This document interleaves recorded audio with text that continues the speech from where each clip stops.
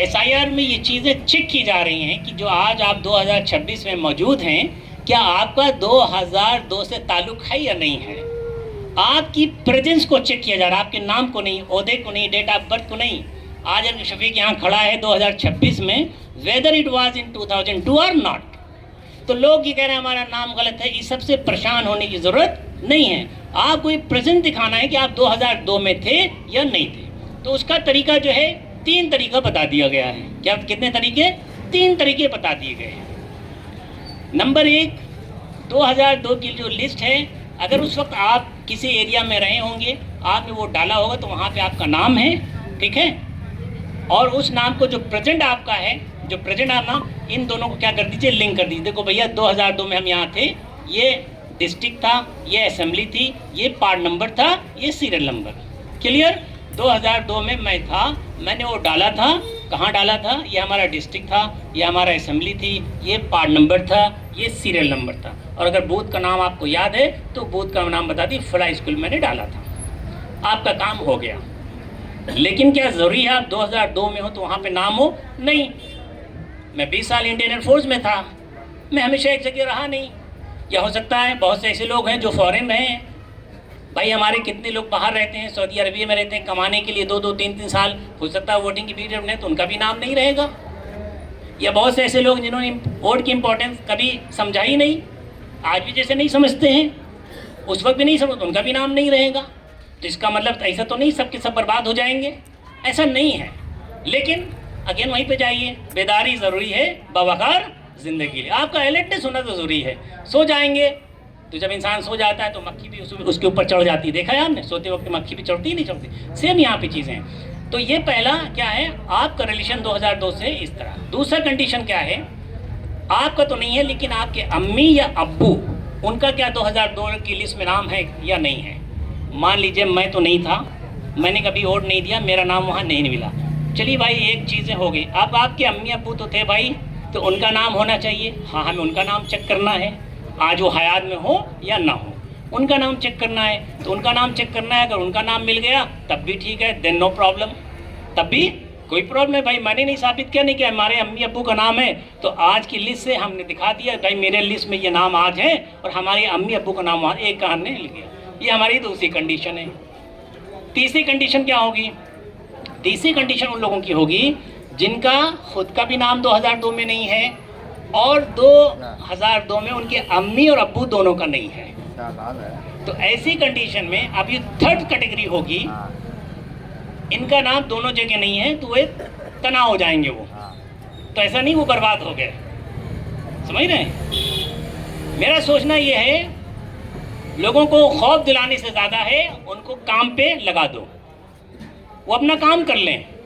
अगर आपके ये हाथ में थोड़ा सा जख्म हो जाए तो आप क्या करेंगे? चिल्लाते फिरेंगे, डॉक्टर को दिखाएंगे? हाँ, NRC आया था, डॉक्यूमेंट की प्रॉब्लम हो रही थी। अगर आप अपने डॉक्यूमेंट को सही करा लेते, शायद यहाँ भी ये मामला जो आता है यहाँ आपको ज़्यादा परेशानी करने की ज़रूरत नहीं थी। तो जब भी हमारे पे कोई जख्म होता है उसका इलाज कराते हैं, ठीक है। सामने वाले की जो पॉलिसी है उसे पॉलिसी को करने दीजिए, हमें अपना काम करना, उनको उनका काम करने दीजिए, ठीक है। हम अपना काम कर लें बस, वो हमारी। तो तीसरी कैटेगरी उन लोगों की जिनका कहीं पे कोई नाम नहीं होगा। तो ये तीसरी कैटेगरी, तो इसमें जो है इलेक्शन कमीशन ऑफ इंडिया से जो बात कही गई है, तो ये जो लिंक करना हुआ खुद का या अपने अम्मी अब्बू का, इसे मैपिंग कहते हैं। क्या कहते हैं? मैपिंग। टेक्निकल वर्ड दिया गया मैपिंग। गुजारिश है थोड़ा सा शांति बनाए रखिए, इससे बहुत डिस्टर्ब हो रहा है। प्लीज़ प्लीज़ उनको कहिए थोड़ा सा, प्लीज़ मेंटेन साइलेंस प्लीज़। इतनी इंपॉर्टेंट बात ये तो औरतों के लिए भी है, मर्दों के लिए है, सभी के लिए है। फिर इतनी समझ में नहीं आ रहा है, ये कॉमन चीज़ें हैं। अब ये जो इलेक्शन कमीशन ने कहा, ये जो लोग हैं जिनका ना 2002 में ना खुद का है ना उनके अम्मी अब्बू का है, तो इनको हम नोटिस भेज सकते हैं। क्या भेज सकते हैं? नोटिस। अब नोटिस किस बात के भेजेंगे? इसलिए नहीं तुम्हारा नाम क्या था, तुम्हारा डेटा, ये नहीं भेजेंगे। नोटिस से हम तुम्हारा प्रेजेंस जानने के लिए, तो प्रेजेंस जानने के लिए उन्होंने 13 डॉक्यूमेंट की लिस्ट बनाई है। कहा भाई ये तुम डॉक्यूमेंट दिखा दोगे तुम्हारा काम हो जाएगा। और यहाँ एक बात ये भी बताइए, जो 13 डॉक्यूमेंट्स है वो अलग अलग कैटेगरी की, किसी कैटेगरी को एक डॉक्यूमेंट दिखाना है, किसी को 2, किसी को 3। अब क्या वो कैटेगरी अभी हम आपको बता रहे हैं। अभी हम किसकी बात करें? 30 है सी लोगों की, सी कैटेगरी, ये थर्ड कैटेगरी आप कह दीजिए, जिनका नाम तो ना 2002 में था ना उनके अम्मी अब्बू का था। ये वो लोग हैं जिनका नाम कहीं नहीं था। अब इनके पास जो नोटिस आएगी जो इलेक्शन कमीशन का, उसमें इलेक्शन कमीशन जो है 3 कैटेगरी उन लोगों को बना देगा। कौन कौन? एक वो लोग हैं जो 1987 से पहले पैदा हुए हैं, 1987 से पहले पैदा, यानी 1 जुलाई 1987 है उससे पहले पैदा। तो उनसे कहेगा भाई देखो तेरा डॉक्यूमेंट है, तुम आओ मेरे पास, एक डॉक्यूमेंट इसमें से दिखा दो। क्लियर? क्या कहेगा?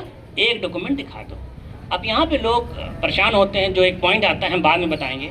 दूसरा देखेगा कौन लोग ऐसे हैं जो 1987 से 2004 के बीच में पैदा हुए हैं, यानी कि 2 दिसंबर 2004 के बीच में पैदा हुए हैं। उनसे कहेगा तुम आओ, तुम 2 डॉक्यूमेंट दिखाओ। कितने? 2 डॉक्यूमेंट। कहेगा एक डॉक्यूमेंट अपना खुद का दिखाओ, एक अपने अम्मी या अब्बू का, either parents, you are suppose to see either या अम्मी या अब्बू का। ये सेकंड कैटेगरी हो गई। तीसरे वो लोग होंगे जो 2 दिसंबर 2004 के बाद पैदा हुए हैं। उनसे इलेक्शन कमीशन कहेगा कि भाई तुम 3 डॉक्यूमेंट दिखाओ। कितने? 3 डॉक्यूमेंट। कैसा? एक खुद का, एक अम्मी का, एक अब्बू का, 3 डॉक्यूमेंट। लेकिन याद रखिए, चाहे फर्स्ट सेकंड थर्ड जो अभी हमने बताया जिनका नाम नहीं था, जो 3 कैटेगरी, उनको 13 डॉक्यूमेंट्स ही दिखाना है, कोई अलग से डॉक्यूमेंट नहीं दिखाना। अब कुछ 13 डॉक्यूमेंट क्या है, उसमें से मोटे डॉक्यूमेंट मैं बता दूंगा। जैसे आपका बर्थ सर्टिफिकेट है, ये मोस्टली लोगों पास होता है, जो नए भी बच्चे हैं। 1987 से पहले तो नहीं था, लेकिन उसके बाद ये सर्टिफिकेट रहता है। अच्छा, यहाँ पे 1 ऑफ डेट है, यहाँ पे आप सुन के जाके गलत इन्फॉर्मेशन मत दीजिएगा। 13 में से कोई एक, पूरे की पूरे 13 नहीं, 13 में से कोई एक, क्योंकि बहुत से बातें बर्थ सर्टिफिकेट में बहुत ऐसा जो है पैसे का माहौल गर्म हो गया है। बुढ़ा बेचारा 60 साल का, 70 साल का, 50 साल का हमारा जैसे सबको अरे बर्थ सर्टिफिकेट बनाओ, और बनाने ला फिर कहता है 10,000 रुपये दो, 10,000 में बना देंगे। और वही कौम की बका ले, एक कौम का आदमी यहाँ खड़ा है, एक आपके बीच में दलाल बैठा होगा, हम 10,000 में मियाँ करा देंगे, उसका छोड़ दो स्पीच वगैरह, 10,000 में काम तुम्हारा करा देंगे। समझ रहे हैं? गफलत में मत होइए। कॉन्स्टिट्यूशन जो है इलेक्शन कमीशन को लेटर से उसको पढ़िए, 29 पेज का letter election commission of India को, उसको पढ़िए, उसमें क्या क्या लिखी है। अब 13 डॉक्यूमेंट, एक क्या हो गया? बर्थ सर्टिफिकेट, सेकेंड आपका पासपोर्ट, थर्ड आप ले लीजिए जो बच्चे हैं उनके पास डोमिसाइल सर्टिफिकेट होता है, रेसिडेंस सर्टिफिकेट होता है, निवास प्रमाण पत्र, आप यहाँ कर्नाटका के रहने वाली सर्टिफिकेट। फिर जो बच्चे हैं किसी कॉलेज में एडमिशन के लिए, वो क्या बनवाते हैं? ओबीसी सर्टिफिकेट, कास्ट सर्टिफिकेट, तो वो भी 13 डॉक्यूमेंट में से है। ठीक है? इसके अलावा जो बच्चे पढ़े लिखे हैं उनके लिए सीधा है 10 का marks card, SLC marks card, that is also okay. उसके अलावा जो गवर्नमेंट सर्वेंट हैं उनका कोई आइडेंटिटी कार्ड वगैरह होगा, वो भी चलेगा। नेक्स्ट क्या है? बैंक पासबुक हो, पोस्ट ऑफिस का पासबुक जो 1987 से पहले का है, वो भी लिया गया है। इसके अलावा जिन्होंने NRC के थ्रू रजिस्ट्रेशन किया है सिटीजनशिप का, वो डॉक्यूमेंट भी चलेगा। इसी तरह जो फॉरेस्ट एरिया में रहते हैं उनको फॉरेस्ट वाले डॉक्यूमेंट देते हैं, फॉरेस्ट सर्टिफिकेट देते हैं कि ये ज़मीन मैंने तुम्हें अलॉट करी है, ये जगह तुम्हें अलॉट करी, वो भी सर्टिफिकेट चलेगा। गवर्नमेंट कुछ लोगों की ज़मीन देती है, कुछ अलॉट करती है, वो लेटर जो है पोजेशन लेटर, वो भी आपका चलेगा। और यहाँ तक आधार कार्ड भी चलेगा। लेकिन क्योंकि आधार कार्ड बहुत कंट्रोवर्शियल रहा है, इसलिए कहा जाता है भाई आधार कार्ड के अलावा एक आप एक्स्ट्रा रख लीजिए। अब मानी सी बात है, एक हमारे जैसे उम्र दराज लोग हैं उनको क्या करना? पासपोर्ट बना लीजिए अगर आपके पास कोई नहीं है। जो स्टूडेंट हैं उनको क्या करना? सीधा वो इनकम का सर्टिफिकेट बनवा ले, तो उनका काम चल जाता है।